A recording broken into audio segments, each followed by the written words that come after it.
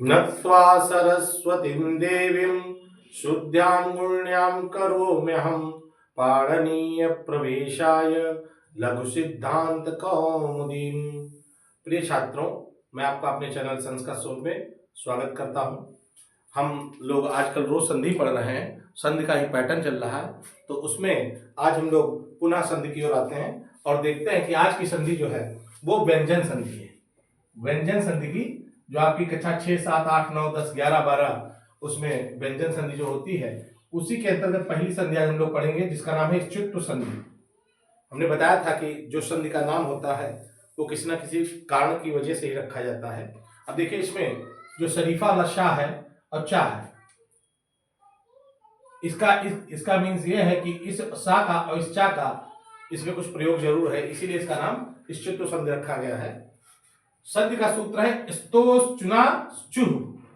बच्चे अक्सर इसको पढ़ नहीं पाते हैं, कायदे से उच्चारण नहीं कर पाते हैं, तो एक बार उच्चारण करके देख लीजिए। स्तो चुना चुह, स्तो चुना चुह। अब इसका अर्थ जान लीजिए। ये सा तो आप पहचानते होंगे, आधा सा बना हुआ है, ये ता है। अब इसमें चूंकि सब कुछ संस्कृत में सूत्रबद्ध है, इसलिए यहां पर भी सूत्रों में ही बांधा गया है। इसमें देखिए, ये शाह है और इसके बाद ता है। इस सा का अर्थ सादा सा है और यहां पर ता का अर्थ है तवर्ग।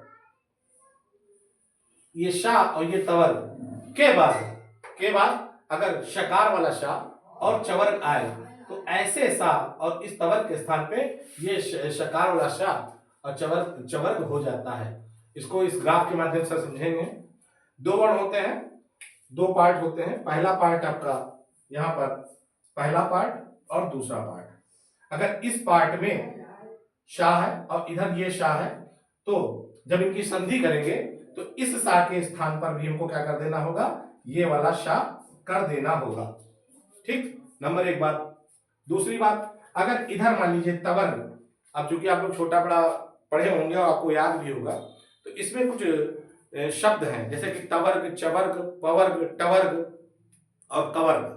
तो 5 हैं, 5 प्रकार के हैं, अंतस्थ बोले जाते हैं व्यंजन। तो इसमें आपके क्या है, तवर्ग। तवर्ग में वर्ण आते हैं ता, था, दा, धा, ना। ये 5 वर्ण है तवर्ग में। और दूसरे में चवर्ग में है चा, छा, जा, झा, इया। ये 5 वर्ण लिखते हैं। तो इसमें आपको ये करना है कि अगर पहले पार्ट में अगर शाह है और दूसरे पार्ट में, पहले पार्ट के अंत में सा है और दूसरे पार्ट के अंत में शाह है, शकार वाला सा है, तो पहले पार्ट में आपको क्या कर देना होगा, ये शाह कर देना होगा शकार वाला। दूसरे पार्ट में तो रहेगा ही, वो बदलेगा नहीं। पहले पार्ट में जो पहले पार्ट का शाह है सिर्फ वही चेंज होगा, दूसरे पार्ट में कोई चेंजिंग नहीं होगी। ठीक है, सूत्र इसका है स्तोष्णाशु। तो अब फिर ये तो शाह की बात हो गई। फिर तवर्ग क्या क्या करेंगे, तवर्ग में जो अक्षर आपका होगा पहले पार्ट में जो अक्षर होगा उसको बदल कर हम चवर्ग में कर देंगे और वही अक्षर कर देंगे जो चवर्ग के स्थान पर है।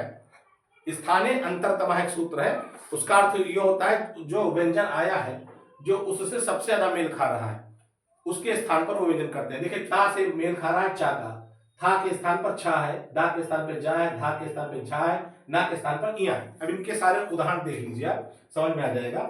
ये देखिए, हमने यहाँ पर लिख रखा है ताथा दाधा ना, चाचा चाचा इया। अगर इसके साथ इसका मेल होता है तो ता की जगह पर चा, था की जगह पर झा, दा की जगह पर जा, धा की जगह पर झा और ना की जगह पर इया हो जाता है। यही इसका अर्थ है। इसमें 2 चीजें आपकी हैं, शा की जगह पर शा हो जाता है और तवर्ग के स्थान पे चवर्ग हो जाता है। कहने का मीन से वो वर्ण हो जाएगा जो उसके समान होगा। ता का समान चा है, था का समान छा है। इस प्रकार कुछ उदाहरण यहाँ पर हैं, आप उनको देखिए। यहाँ पर लिखा हुआ है रामस धन सेते। रामस धन सेते, रामस में आप देखिए शाह लिखा हुआ है, सीधा सा है संसार वाला, और शेते में शाह लिखा हुआ है। तो अब हम क्या करेंगे, इस शाह के स्थान पे ये शाह कर देंगे, इस शाह के स्थान पे ये शाह हो जाएगा, तो क्या बनेगा रामस शेते। देखिए यहाँ पर शाह आ गया, यहाँ पर ये जो शाह था इसको हमने ये रसा कर दिया, रामस शेते बन गया। दूसरा उदाहरण देखिए, सत धन चित। अब देखिए ता चवर्ग का है, ता जो है तवर्ग का है, उसके बाद में चवर्ग आ गया है, चा आ गया है। अब क्या करेंगे, अब देखेंगे तवर्ग में ता आता कहां पर है, तवर्ग में ता यहां पर आता है, तो इसके बदले हम कौन सा मान रखेंगे, चा। तो यहां पर ता के स्थान पे हम चा कर देते हैं। देखिए ता के स्थान पे चा कर दिया, बन गया सच्चित, सच्चित शब्द बन गया। आगे देखते हैं सद प्लस जना, सद जना। अब देखिए दा हम देखते हैं तवर्ग में आता कहां पर है, ता था दा तीसरे नंबर पे आता है, तो तीसरे नंबर पे देखिए जा है, तो यहां पर दा के स्थान पे क्या हो जाएगा, दा के स्थान पे जा कर दिया, बन गया सज्जना। उसी प्रकार से कस दंशित। अब देखिए यहां पर तो शाह है, यहां पर चवर्ग है, कोई कंडीशन ऐसी नहीं जो आप परेशान हो इसमें। इसमें आपको क्या करना है, ये चवर्ग आ गया है, इसका भी नहीं कि सा के बाद शाही है, सा के बाद चवर्ग भी आएगा, तब भी ऐसे वाले सा के स्थान पे ये वाला सा होगा। अब यहां पर आ गया शाह आ गया, कश्चित, कश्चित शब्द से कालिदास जी ने बहुत ही फेमस काव्य की रचना की है मेघदूत की, जिसका पहला वर्ण ही कश्चित है, तो उसकी शुरुआत वहां पर हुई है कश्चित शब्द से मेघदूत की। तो आपको मैं एक लाइन उसका इसकी सुना रहा हूं। कश्चित कांता विरह गुरुणा स्वाधिकारात् प्रमत्तः सापेन स्तंगमित महिमा वर्ष भोगेण भर्तुः। इस प्रकार से वो पूरा श्लोक है। तो कश्चित शब्द से बना हुआ है, यहाँ पर शाह है और उसके बाद चवर्ग है, तो शाह के स्थान पे शाह हो जाएगा, कश्चित शब्द बन जाएगा। इसी प्रकार से सार्गिन और धन जय, यहाँ देखिए ना है। अब ना को हम देखेंगे तवर्ग में है कहा, ना देखिए लास्ट में है, ता था दा धा ना, यहाँ पर ना आ गया, ना के स्थान पे इया हो जाएगा। अब देखिए यहाँ पर सार्गिन जय जा है, तो यहाँ पर ना के स्थान पे इया हो गया, इसलिए सार्गिन जया शब्द बन गया। बृहत झरा, बृहत में दा है, दा देखिए कहां पर आता है, दा के स्थान पे कौन सा वर्ण होगा, जा, तो बन जाएगा बृहत झरा, जा था हो गया यहाँ पर, क्योंकि ये हलंत लगा है, हलंत का मीन्स होता है आधा। कुछ शब्द संस्कृत में इनको जानना आवश्यक है, जैसे कि हलंत, अनुस्वार, विसर्ग, ये बहुत इंपॉर्टेंट हैं। अगर आप इनका ज्ञान नहीं है तो इसके लिए हम स्पेशल एक वीडियो बना देंगे। और मुझे ऐसा लगता है कि कहीं ना कहीं पर आप लोग तवर्ग चवर्ग पवर्ग इनमें कंफ्यूज हो रहे हैं, तो इसके विषय में मैं एक अलग से भी वीडियो बना दूंगा कि क्या तवर्ग क्या होता है, चवर्ग क्या होता है, पवर्ग क्या होता है, ऊष्म वर्ण क्या है, अंतस्थ वर्ण क्या है, और अनुस्वार क्या है, और इसके बाद विसर्ग, फिर यहाँ पर आपके और भी संस्कृत में कुछ चीजें हैं जो संधि में बहुत ही उपयोगी हैं, संधि क्या पूरे संस्कृत में ही बहुत उपयोगी हैं, उनके विषय में एक अलग से वीडियो बना दूंगा। लेकिन फिलहाल आप ये जान लीजिए तवर्ग के स्थान पे चवर्ग हो जाता है, सकार के स्थान पे शकार हो जाता है, और तवर्ग के स्थान पे चवर्ग हो जाता है। तो इसका एक बार फिर से हम लोग पढ़ते हैं। व्यंजन संधि की पहली संधि है स्तुत्व संधि, सूत्र इसका है स्तोह चुना चुह, ऐसे पढ़ेंगे स्तोह चुना चुह।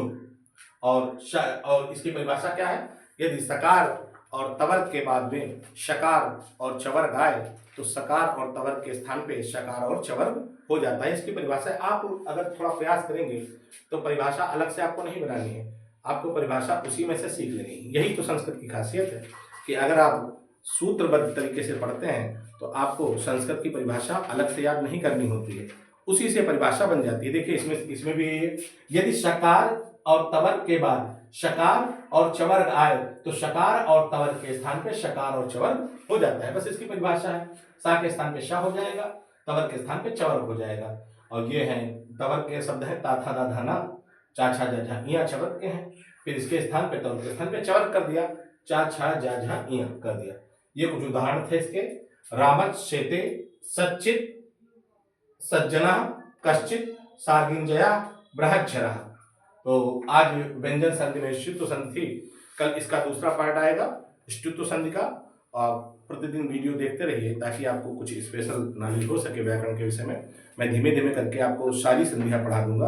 और मुझे ऐसा लगता है कि हर क्लास में संधि के कुछ पार्ट्स होते हैं, तो आपका कोर्स में जो भी पार्ट है आप उसको देख सकते हैं। ये नहीं जरूरी कि आप सब पार्ट देखें, अगर ज़्यादा नॉलेज चाहिए तो सारे पार्ट देख लीजिए, अगर नहीं देखना है तो आपके कोर्स में जो है किसी में गुण है, किसी में याद है, इंटर क्लासेस में तो लगभग पूरी संधियां हैं, तो आप संधियों के सारे पार्ट देख करके अपना नॉलेज बढ़ा सकते हैं। और बोर्ड के भी एग्जाम आने वाले हैं तो उसमें भी अच्छा गेन कर सकते हैं।